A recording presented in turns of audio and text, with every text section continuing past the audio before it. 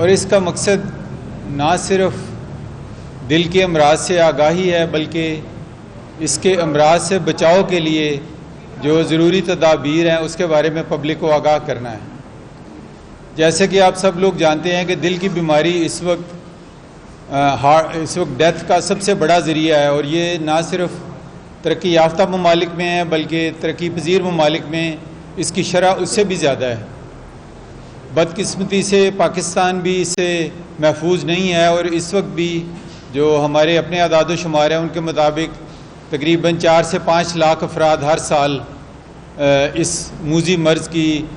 وجہ سے موت کے منہ میں چلے جاتے ہیں،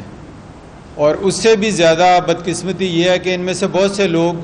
نوجوان یا ایون کم عمر کے لوگ ہیں۔ تو یہ بیماری جو ہے یہ آہستہ آہستہ کم عمر کی طرف سرایت کرتی جا رہی ہے۔ جو اس میں اچھی چیز ہے وہ یہ ہے کہ 80% جو یہ بیماری ہے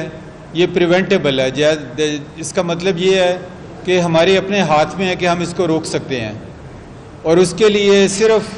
ہمیں اپنی طرز زندگی میں کچھ بنیادی تبدیلیاں کرنے کی ضرورت ہے، جو کہ کوئی بہت ایکسپینسو یا کوئی بہت مشکل نہیں ہے۔ اور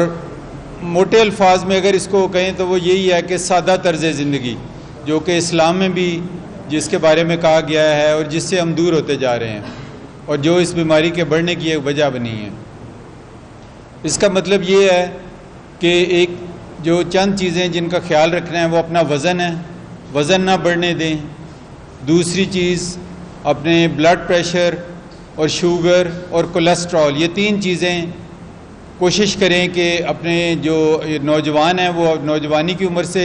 ان کی اسکریننگ شروع کروائیں، اور کم از کم سال میں ایک دفعہ یہ سمپل چیزیں ضرور کروا لیں۔ اس سے بر وقت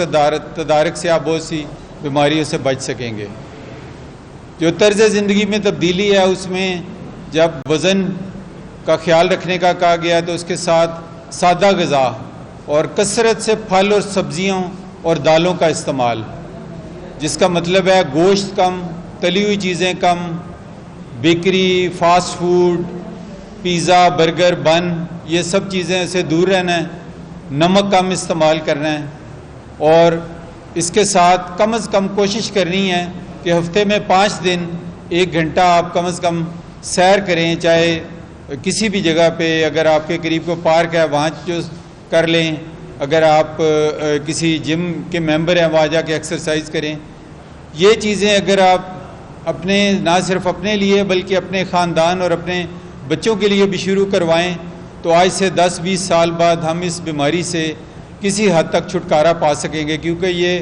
مغربی ممالک نے یہ دکھا دیا ہے کہ ان چیزوں کے اوپر کام کرنے سے اس بیماری کا زور کم کیا جا سکتا ہے، اور یہ ایک پریونٹیبل ڈیزیز ہے۔ تو اس لیے ہمیں کوشش کرنی چاہیے کہ ہم اپنے اسلامی اصولوں پہ عمل کریں اور کوشش کریں کہ اپنی زندگی میں سادگی کو اپنائیں اور سادہ غذا اور اپنا سادہ طرز زندگی اس کو اپنائیں، اور اس کے ساتھ ساتھ ایک ضروری چیز ہے کہ کم از کم 7 سے 8 گھنٹے کی پرسکون نیند۔ جب نیند کا فقدان ہوتا ہے تو اس کے ساتھ بھی انسان اس بیماری کا اس کو ایک رسک بڑھتا جاتا ہے۔ تو میرا یہی پیغام ہے کہ ان بنیادی اصولوں پہ عمل کر کے آپ اس بیماری سے بچ سکتے ہیں۔ شکریہ۔ پہلے جیسے ہم لوگ ڈالڈا گھی استعمال کرتے تھے، اس کے بعد انہوں نے ایڈیبل آئل آئے، تو اب آئل کو بھی کہہ رہے ہیں کہ اس میں بھی ڈفرینس ہے۔ اس طرح کچھ لوگ کہہ رہے ہیں کہ سب کو تیل جو ہے وہ استعمال کرنا چاہیے۔ آپ یہ ایکچولی بڑا کنٹروورشل ٹاپک ہے، کیونکہ قرآن پاک میں زیتون کے تیل کا جگہ جگہ ذکر ہے، اور یہ اب میڈیکل سائنس نے ثابت کیا ہے کہ سب سے اچھا جو آئل ہے جو ہارٹ کے لیے بھی اور جسم کے لیے وہ زیتون کا تیل ہے۔ اب زیتون کا تیل جو ہے اس کا ایک بوائلنگ پوائنٹ ہوتا ہے جو کہ ہر تیل کا ڈیفرنٹ ہوتا ہے، جس کا مطلب یہ ہے کہ اس کو ہم بہت زیادہ گرم نہیں کر سکتے یا اس کو بہت زیادہ اس میں چیزیں پکا نہیں سکتے، کیونکہ وہ ڈی نیچر ہو جاتا ہے اور اس کی جو افادیت ہے وہ کم رہ جاتی ہے۔ تو اس کا پیغام یہی ہے کہ کوشش کریں کہ بہت ہائی ٹیمپریچر پہ، جیسے تلی ہوئی چیزیں ہیں یہ بہت ہائی ٹیمپریچر پہ بنتی ہیں، تو اس میں جو بھی تیل یوز کریں گے نا وہ اس کی کمپوزیشن بجائے فائدے کے وہ نقصان میں جائے گی۔ تو اس کے مطلب اب یہ ہے کہ اس کا متبادل کیا ہے، چونکہ زیتون کا تیل نہ صرف مہنگا ہے بلکہ ہر جگہ اس کی ہے بھی نہیں، اویلیبل بھی نہیں ہے۔ خوش قسمتی سے اب پاکستان میں کلر کہار اور کچھ علاقوں میں اس کی کاشت کافی شدت سے ہو رہی ہے، اور امید ہے کہ اب یہ سستا ہو جائے گا۔ تو عام گھر میں کھانے پینے کے لیے آپ کوئی بھی ویجیٹیبل آئل استعمال کر سکتے ہیں، بناسپتی گھی بالکل استعمال نہیں کرنا، اور اس پہ ہم نے فوڈ ہیلتھ اتھارٹی کے تعاون سے اس پہ پابندی لگائی، کیونکہ وہ نہایت نقصان دہ چیز تھی۔ اور اس کے علاوہ دیکھیں جو موٹی موٹی چیز ہے کہ ڈبوں میں جو بھی چیزیں بند بازار میں ملتی ہیں وہ کسی نہ کسی حد تک نقصان دہ ہے، چاہے وہ تیل ہے، چاہے وہ شربت ہے، چاہے وہ بوتل ہے۔ تو جو بھی چیز آپ کو تازہ مل سکتی ہے وہ بہتر ہے۔ تو اب اگر مکھن یا گھی کا کہا جائے تو وہ بہت کم مقدار میں شاید اتنا نقصان دہ نہ ہو، بجائے اس کے کہ آپ اگر اس کا مقابلہ کریں خدا نخواستہ کسی مضر صحت آئل کے ساتھ، کیونکہ کئی ہمیں رپورٹس ملی کہ جس چیز سے گھی بناتے ہیں وہ انڈسٹریل آئل ہے، اور وہ فوڈ گریڈ کوالٹی کا آئل نہیں ہے جو امپورٹ ہوتا ہے پام آئل۔ تو اس لیے یہ ایک مطلب مشکل سا ایک ہے، کوشش کریں کم سے کم تیل یا گھی یا مکھن جو بھی استعمال کر رہے ہیں بہت کم ڈالیں، اور چیزوں کو تلیں نہ۔ اگر آپ پرانے آج سے 50-60 سال پہلے چلے جائیں، ہم تو اس چونکہ زمانے میں گزرے ہوئے ہیں، تو وہ بہت معمولی سا ڈال کے اور ہانڈی میں سلو کوکنگ کرتے تھے، جو کہ سب سے اچھا اور یعنی کہ قوت بخش طریقہ ہے پکانے کا۔ بدقسمتی سے وہ پریشر کوکر کے آنے سے اور تلنے سے وہ طریقہ پکنے کا ختم ہو گیا، اور خواتین بھی شاید اتنا ٹائم نہیں دے رہی اس کو، کیونکہ وہ سلو کوکنگ کا پروسیس تھا، اس میں جو کھانے کی افادیت تھی وہ برقرار رہتی تھی۔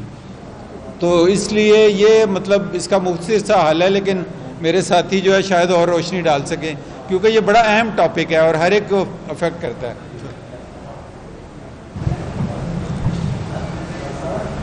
جی بالکل، آپ نے درست فرمایا۔ اس میں ایک چیز آپ ضرور نوٹ کیجیے گا، یہ جو بینیفٹ ہے وہ بینیفٹ اتنا زیادہ نہیں ہے کہ ہم سمجھیں کہ زیتون کا تیل ہے تو جتنا مرضی کھا لیں۔ سو اگر آپ اس کی تعداد 20 سے 25% زیادہ کر دیں گے تو وہ اتنا ہی ہارمفل ہو جائے گا۔ سو دیکھنے والی بات یہ ہے کہ آپ کی فزیکل ایکٹیویٹی سارے دن میں کتنی ہے، اور آپ کی دن میں آپ کی کیلریز کی ریکوائرمنٹ کتنی ہے، کتنے حرارے چاہیے آپ کو۔ اگر آپ کو 1600 یا 1800 کیلری جسے ہم کہتے ہیں اس قسم کی ڈائٹ چاہیے، تو اس میں سے آپ نے 3 پورشن کرنے ہیں۔ کتنا آپ فیٹ لے سکتے ہیں، کتنا کاربوہائیڈریٹ لے سکتے ہیں، ٹھیک ہے جی، اور کتنا پروٹین لے سکتے ہیں۔ جو حصہ فیٹ کا آتا ہے اس میں سے انسیچوریٹڈ فیٹ، جیسے کہ ندیم صاحب نے بتایا، وہ پریفریبل ہے، جیسے زیتون کا تیل، لیکن جو ان کا بینیفٹ ہے وہ مارجنل ہے۔ اس کے مقصد یہ نہیں ہے کہ آپ جتنا چاہیں اتنا لے لیں، تو آپ نے اعتدال رکھنا ہے اور اپنی ضرورت کے حساب سے خوراک لینی ہے۔ اگر آپ کا وزن بڑھ رہا ہے تو آپ اپنی خوراک سے